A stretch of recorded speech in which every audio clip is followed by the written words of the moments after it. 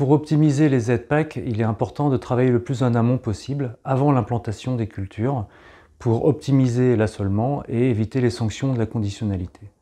Donc n'hésitez pas à prendre contact avec Alter Environnement pour vous conseiller sur les ZPAC.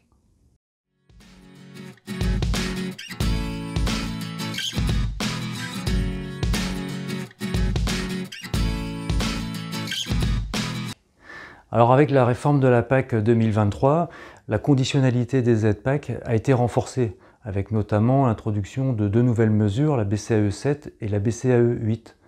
Dans un premier cas, il s'agit d'avoir une rotation suffisante sur l'exploitation, d'éviter la monoculture.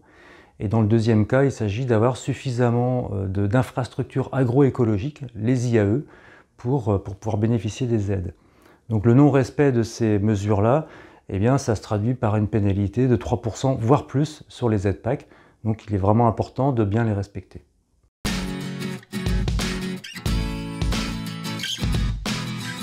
Il y a deux raisons à cela. La première, c'est pour l'écorégime. C'est-à-dire que plus on a un assolement diversifié, et plus on va marquer des points pour l'écorégime. Avoir un maximum de points à l'écorégime, c'est 80 € par hectare et par an supplémentaire. Un assolement qui ne sera pas suffisamment diversifié, ce sera 60 €, voire 0 €. Autre intérêt de la diversification, ce sont les aides couplées. Avec certaines cultures, on peut bénéficier d'aides supplémentaires, ce sont les aides couplées.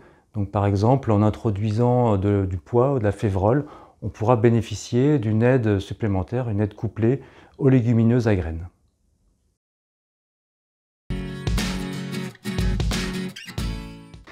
Pour maximiser les ZPAC, il faut s'assurer d'avoir suffisamment de DPB sur son exploitation. Donc les DPB servent, c'est les droits à paiement de base, ils servent à calculer l'aide de base qui représente entre la moitié et les 2/3 de l'aide PAC annuelle. Il faut avoir au moins autant de DPB que de surface admissible. Si on n'a pas suffisamment de DPB, on peut en acheter. Ou si on est jeune agriculteur ou nouvel installé, eh bien on peut accéder à la réserve de DPB.